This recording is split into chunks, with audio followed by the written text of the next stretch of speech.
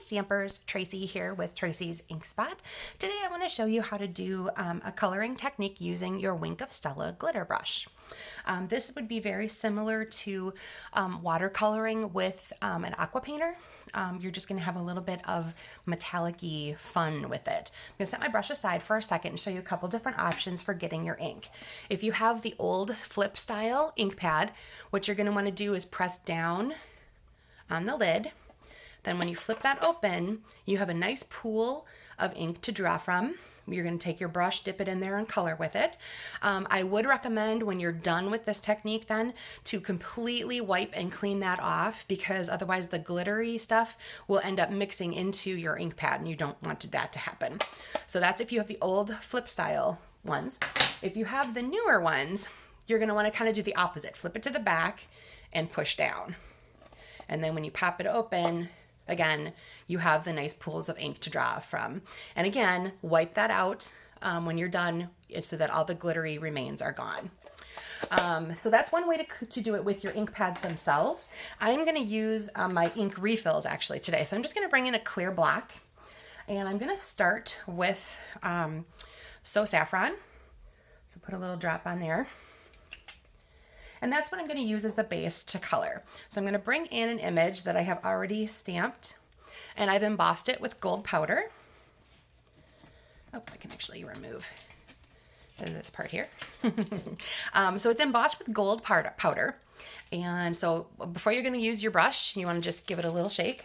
Sorry if you're watching that. That's probably a little freaky to watch. Remember to pull and then tap it off and make sure you've got enough juice. Do that over a paper towel. That's always a good recommendation. Okay, so use the paintbrush to pick up that ink color. All right, and my So Saffron is gonna go right in the middle of my flower. And because I have used gold embossing powder, that is going to act as a barrier. And so the color is only going to saturate the paper itself. It'll go over the embossed area, and you can always wipe that off later too if you still see some over there. So it's kind of a resist technique at the same time. Then you're going to want to take your paper towel again and keep wiping this off until you don't see color coming off anymore. Okay, that's actually the only part that I was going to do in Saffron. So now I'm going to add in some Pear Pizzazz ink on there. And now I'm going to start coloring my leaves. Okay, I'm going to want the darker parts to be towards the inside. And as you can see, it stays darker right away. And then it blends out. So you're going to have to go back and forth a little bit with some dark. And then keep spreading that around. So it's basically just kind of like a watercolor wash. And I love doing this over embossed images because you don't have to be precise with it. As you can see, I'm going over right all of those lines. Don't even have to worry about following the image or anything like that. Just stay within those embossed lines and it'll turn out just fine. All right, so go back in again with a little bit of darker to give shade and highlight as you wish. Okay. Couple more leaves. Sorry, this is going to be a little bit longer one because I wanted to get the whole thing colored for you. And if you are just starting a brush for the first time, I have another video on how to get your Wink of Stella brush started. So be sure to check that out if you don't have experience using one of these yet. Okay, get a little more juice going. Okay, oops, a little too much juice. Let me try again here. There we go. And I will be able to blot some of that off later as it dries out a little bit. And it's a little liquidy, so you can also be spreading it around very carefully. I'm going to hop over to that other one and take some of that glitter with me. And I want a little more green in there, I believe. Okay, go back over a couple of spots.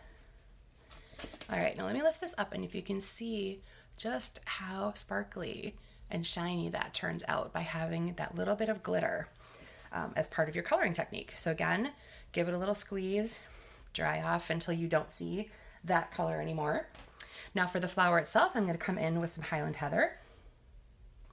So there's that one. And that's going to be, again, start the dark in the middle and work to spread that around. I just love coloring this way. You always want to make sure that you're going back into the same color.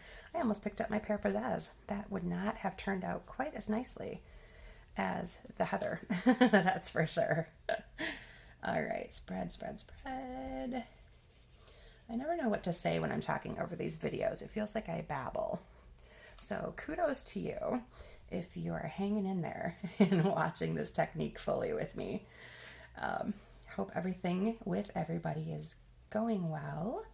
It's very odd not to actually get together and stamp, and I'm really looking forward to the times when we can do that again. All right, I'm almost done with my posy. Oh, I should probably mention this is from the Posy Suite that is in the 2020-21 catalog. And it comes with a stamp set, there's paper, there is, oh, apparently my telephone ringing.